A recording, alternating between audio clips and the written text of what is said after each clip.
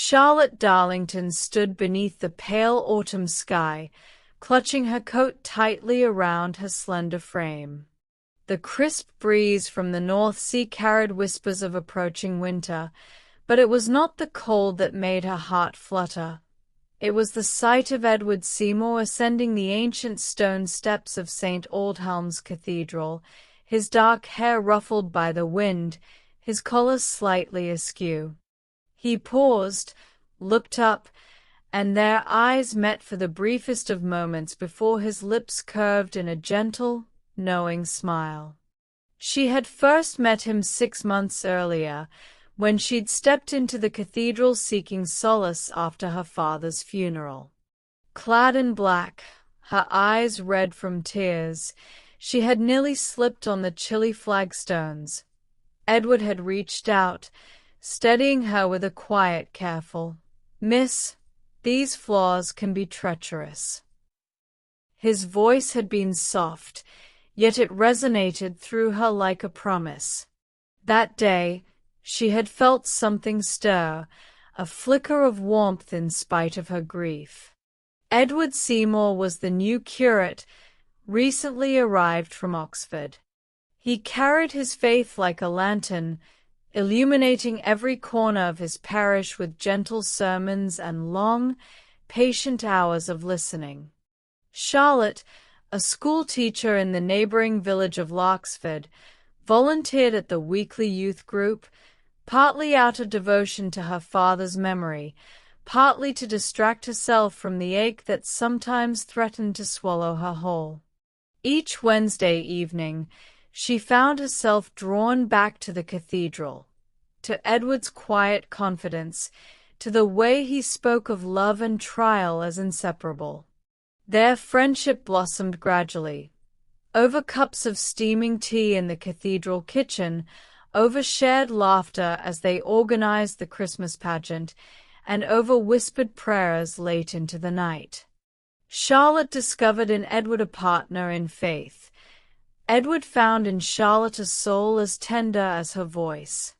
Yet neither dared hope for more. She was the vicar's daughter, rooted in tradition and duty. He was the curate, bound by vow and the call of his calling. One crisp November evening, as they decorated the nave with holly and ivy, Charlotte paused, trailing her fingers over a strand of greenery. Edward watched her, his gaze thoughtful. "Charlotte, he began, then faltered. He cleared his throat. "I wonder, would you join me for a walk tomorrow?" Her heart danced. "I'd like that," she breathed. They met at dawn, walking along brambled lanes tinged gold by the rising sun. Their breath formed little clouds in the air. They talked of favorite hymns, of childhood memories of Christmas mornings by grandmother's hearths, of dreams yet unspoken. When they reached the cliff above the sea, waves crashing far below like the world's lament, Edward halted. "Charlotte, there is something I must tell you," he said, his voice unsteady. "I have been offered a position at St. Matthew's in Sydney. They heard of my work here and they wish me to serve there." She felt the ground shift beneath her. "Sydney?" she whispered, staring at the gray horizon. "But you've only just arrived." "I know," he confessed, eyes downcast. "It is an honor and a dream. Yet I cannot bear the thought of leaving you, nor this place that has become home." Her heart pounded. She fought to steady her voice. "What will you do?" Edward lifted his gaze to hers, resolute. "I must follow my heart and my calling. But if that calling leads me away from you, I shall remain here. For faith without sacrifice is hollow, and my sacrifice is you." Tears welled in her eyes as he stepped closer, offering her his hand. In that moment, beneath the bruised sky, they pledged their hearts in faith and flame. Winter arrived with an unforgiving chill. Snow lay thick upon the cathedral roof, icicles glistened like shards of crystal, and Charlotte taught geometry to restless children whose cheeks were ruddy with cold. Each Sunday, Edward's sermons grew more impassioned, his talk of sacrifice and love resonating with a congregation hungry for hope.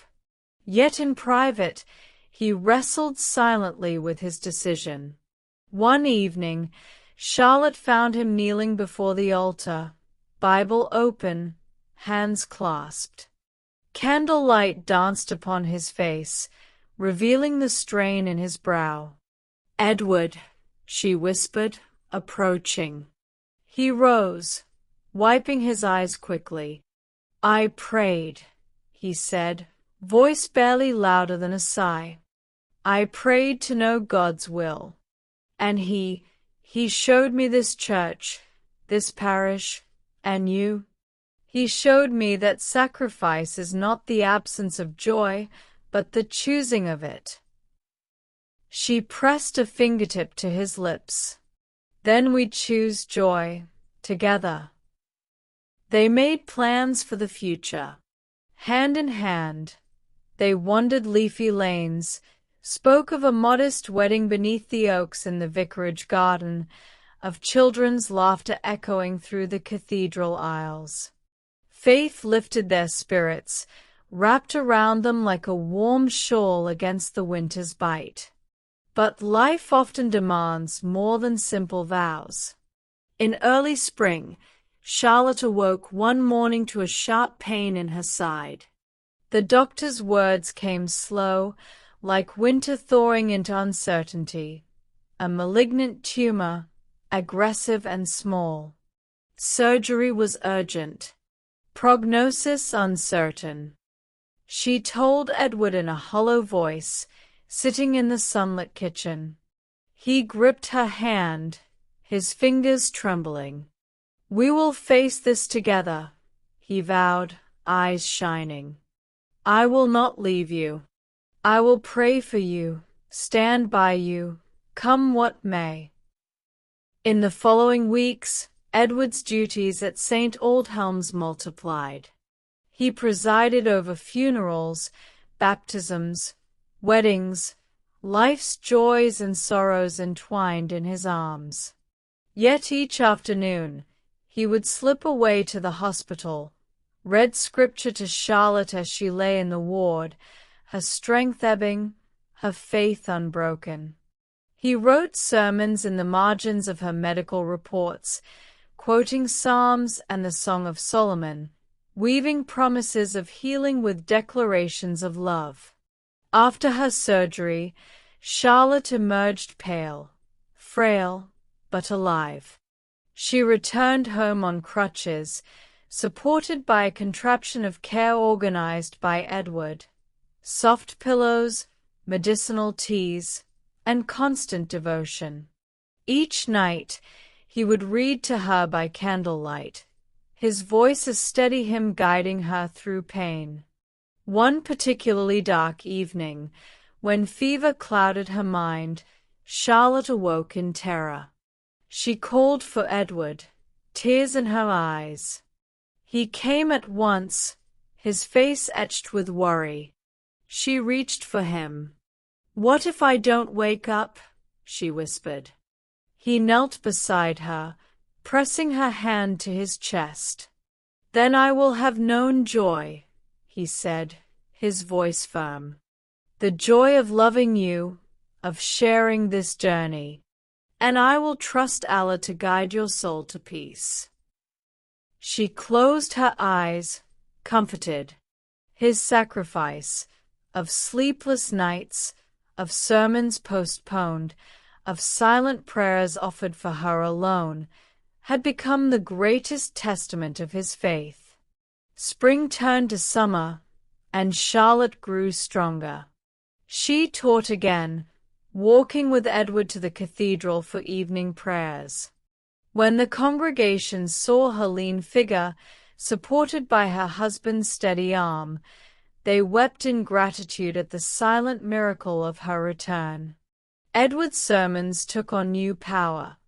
He spoke of suffering as a path to greater compassion, of sacrifice as the purest expression of love, of faith that does not falter in the face of darkness. On the first Sunday after her return, Edward surprised the congregation. At the end of his sermon, he called Charlotte forward. With cheeks flushed and hair still streaked with hospital pallor, she stood beside him. He turned to the people. "My beloved wife has taught me more about faith and sacrifice than any scripture," he said. "She faced death with courage and grace, and by Allah's mercy, returned to me. Let us give thanks not only for her healing, but for the love that inspires us to greater acts of compassion." The cathedral erupted in applause, tears mingling with smiles. Charlotte bowed her head, humbled by the outpouring of joy. By midsummer, life had begun to normalize. Edward walked his duties once more, but he had refused the post in Sydney, choosing to remain. He and Charlotte renovated a small cottage by the cliff, painting its shutters white and planting roses at the door. In the evenings, they listened to the waves and read old love poems by candlelight. Yet their greatest work lay in the hearts they touched. They founded the Darlington A. Seymour Center for Compassion, converting a wing of the cathedral into a refuge for the sick and grieving. Volunteers carried blankets and food. Edward conducted group prayers. Charlotte taught children whose homes had been torn apart by misfortune. Their love became a beacon, proof that sacrifice united souls and that faith sustained even the most battered spirit. One autumn morning, exactly a year after Edward had first told Charlotte of Sydney, he led her to the cliff's edge. There, he knelt, producing from his jacket a small box. Her heart thundered. English listening practice through stories. "Charlotte Darlington," he began, voice steady yet brimming with emotion, "you have been my guiding light. You have shown me that faith without love is empty, and love without sacrifice is shallow. Will you renew your promise to walk beside me, to share every burden and every blessing, for all our days?" Tears blurred her vision as she whispered, "Yes, Edward. 1,000 times, yes." He slid a simple ring of intertwined gold onto her finger. They embraced as the wind carried the faintest echo of church bells, and overhead, gulls soared against a canvas of blue. In that moment, they understood that true love is born of sacrifice, and that faith is the flame which both illumines the path and warms the heart. No storm, no trial, no distance could dim the light they had kindled together. And so, beneath the watching heavens and the ancient stones of St. Aldhelm's, Edward and Charlotte began their next chapter, united in faith, bound by sacrifice, and radiant with enduring love. If this story moves you, then like and subscribe to this channel so we bring you these type of interesting stories.